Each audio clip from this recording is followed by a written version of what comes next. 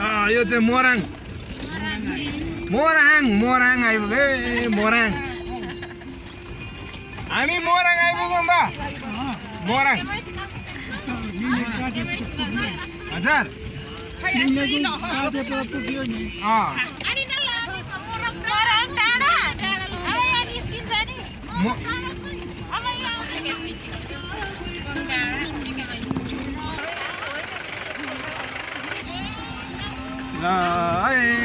धेरै पछि भन्दा पनि पहिलोचोटि आइपुगेको यो ठाउँ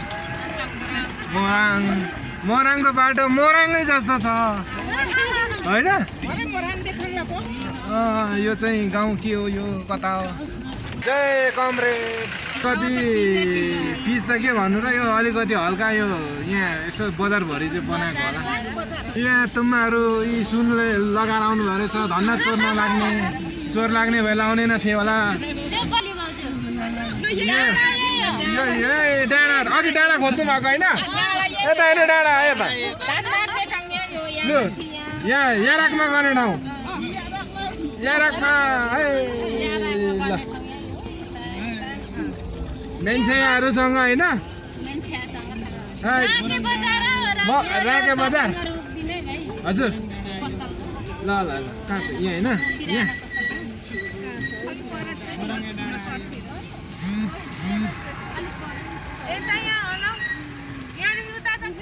के यो पिच त रहेछ रहनु त तर यहाँदेखि उतासम्म त पिच रहेछ यो चाहिँ किन नि नाटक गरेको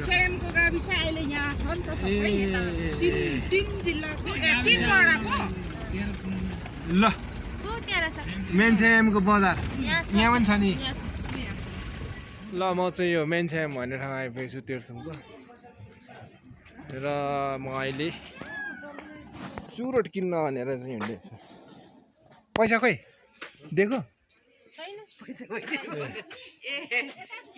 दिदीले 1000 दिनुभएको चुरोट खाने अरे ल यो मोराङको किराना पसलमा म जाँदैछु यहाँ साउजीसँग चाहिँ लिनु भनेर कति पो माग्नु भएको थियो एक बन्डेल कति हो 1800 ल पुगेन है म ल्याइदिन्छु ल 800 रुपियाँ तपाईलाई गर्नुहोस् त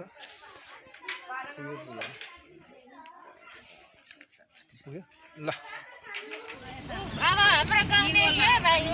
त्यो बारीको गाउँ सिर्जुङ हो त्यो चाहिँ ए त्यो बारी धुवा उडेको सिर्जुङ हो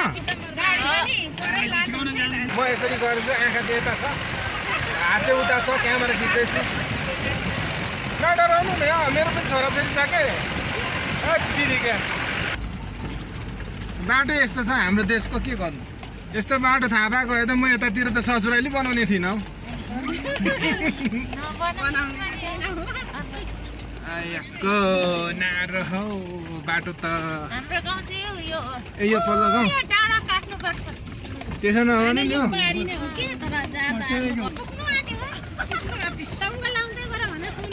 ड्राइभरकोतिर लग्यो भने फेरि यता झ्याप्पे नअङ्गालो हाल्नु नि फेरि बाटो यस्तो छ खत्तम छ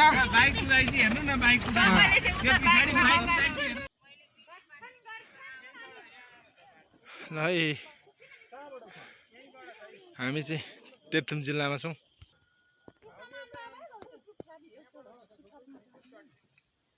त्यो घरमा हाम्रो एकजना दिदी जानुहुन्छ यो ठाउँलाई के पो भन्नुभयो सिर्जुङ ल यही ठाउँ आइपुग्यो सिर्जुङ भन्ने ठाउँमा यो हामी सिर्जुङ आइपुगेको अवस्था र सिर्जुङको स्कुल कहाँ छ स्कुल चाहिँ फेरि ए ल स्कुल भन्ने भरे घरै घर रहेछ कहाँ स्कुल त पर पो यो स्कुल ए सानो स्कुल हो यो तपाईहरुको स्कुल अरे हौ यो 19 फाउन्डेनको स्कुल पुरानो तपाईहरु पढेको होला यहाँ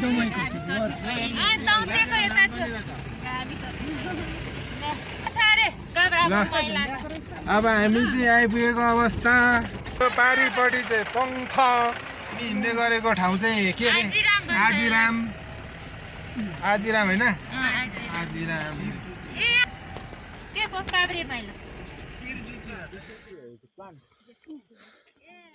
सिर्जुङ आइपुगेको अवस्था। अब हामी बास बस्नलाई तयारी गर्दैछौँ। नमस्कार सबैजनालाई। म अहिले सिर्जुङमा छु र सिर्जुङमा पहिला हाम्रा पुर्खाहरू बित्नु हुँदाखेरि चाहिँ उहाँहरूको जुन चाहिँ एउटा नाममा चौताराहरू बनाइन्थ्यो नि, हो त्यो चौताराहरू बन्दाखेरि पहिलाको शिलालेखहरू यस्तो थियो। हेर्नुहोस् त, यति राम्रो शिलालेख यसरी। अब अहिलेको आधुनिक युगमा चाहिँ पुरै पैसा धेर भएपछि सबैले त्यो टिक टिक टिक खोपेर बनाउनेको चलन छ। तर पहिलाको चाहिँ यो हो जुन चाहिँ मलाई चाहिँ साह्रै मन परेको। म पनि लेख्छु कहिलेकाहीँ। यहाँ ढुङ्गाहरू त यति राम्रो राम्रो चपेटी ढुङ्गाहरू छ। र आजको कार्यक्रम हाम्रो यही हो। आज यो चौताराको उद्घाटनको निमित्त हामी यहाँ हाम्रो बाजेको श्रीमती बोजूको नाउँमा बनाइएको रहेछ र यहाँ चाहिँ शिलालेख राख्नलाई तयारी गर्नु हुँदैछ हाम्रो दाजुले। अनि बाजे, बोजूको नाममा होइन यो शिलालेख, बोजूको नाममा होइन शिलालेख। अब बाजे फेरि 19 फाउन्टेनको रेडियो जस्तो अब कानै नसुन्ने भइसक्नु भएको छ कि। बोजूको नाममा के अरे यो शिलालेख होइन त? हिजो हामी कति दुःखले आयौँ है, दुःखले आयौँ होइन हिजो। के भयो? धेरै दुःख गरेर आयौँ होइन भनेको। किन दुःख? बाटो नि खरा छ नि त, बाटो खतरा छ। उडाएर ल्यायो कि रमाइलो भयो नि है। सरसफाइ कार्यक्रम लगायत अनि यहाँ आज सानो भोज भतेर गर्नका निमित्त दाजुभाइहरू सबैजना पुरा तयारी गर्नु हुँदैछ। हाम्रो सिर्जुङमा सानो कार्यक्रम गर्दै तयारी गरिँदैछ हाम्रो दाजुभाइहरू।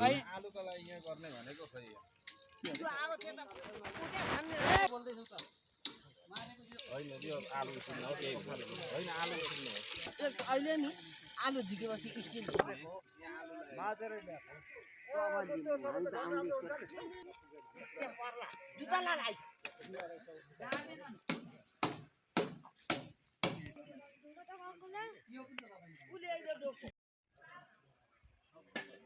हामी सबै सहयोग गर्दै साथ दिँदै अहिले पकाउने कार्यक्रम र यहाँ आलु तास्ने कार्यक्रम।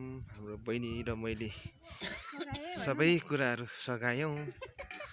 बल्ल सकेर भिडियो खिच्नु पाएँ। धमाधम सजाउने कार्यक्रम भइरहेको अवस्था।